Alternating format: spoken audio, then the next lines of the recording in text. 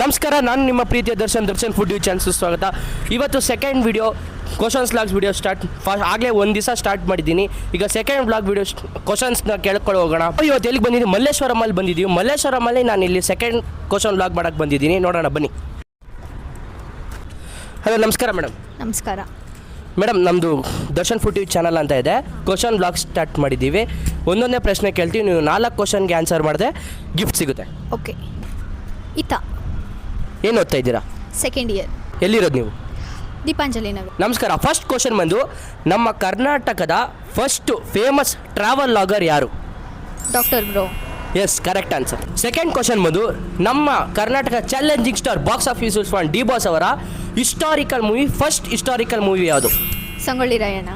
S, correct. ಏನು ಇಷ್ಟು ಕರೆಕ್ಟಾಗಿ ಹೇಳ್ತಾ ಇದ್ದೀರಾ? ಬಿಕಾಸ್ ಡಿ ಬಾಸ್ ಫ್ಯಾನ್ ಅಲ್ವಾ, ಅದಕ್ಕೆ. ಓ, ಗುಡ್. ಮೂರನೇ ಕ್ವಶನ್ ಬಂದು, ನಮ್ಮ ಕರ್ನಾಟಕದ ಹೆಮ್ಮೆ RCB ಟೀಮ್ ಅವರು ಎಷ್ಟು ಸತಿ ಫೈನಲ್ಸ್ ಬಂದಿದ್ದಾರೆ ಗೊತ್ತಾ? ಆನ್ಸರ್ ಏನು? 4 ಸತಿ ಫೈನಲ್ಸಿಗೆ ಬಂದಿದ್ದಾರೆ, 4ನೇ ಸತಿ ವಿನ್ ಆಗಿದ್ದಾರೆ. ನಮ್ಮ ರಾಷ್ಟ್ರೀಯ ಪ್ರಧಾನಮಂತ್ರಿ ಆದ ನರೇಂದ್ರ ಮೋದಿಜಿ ಅವರು ಯಾವಾಗ ಮೊದಲನೇ ಬಾರಿ ಪ್ರಧಾನಮಂತ್ರಿ ಆದರು ಅಂತ ಗೊತ್ತಾ?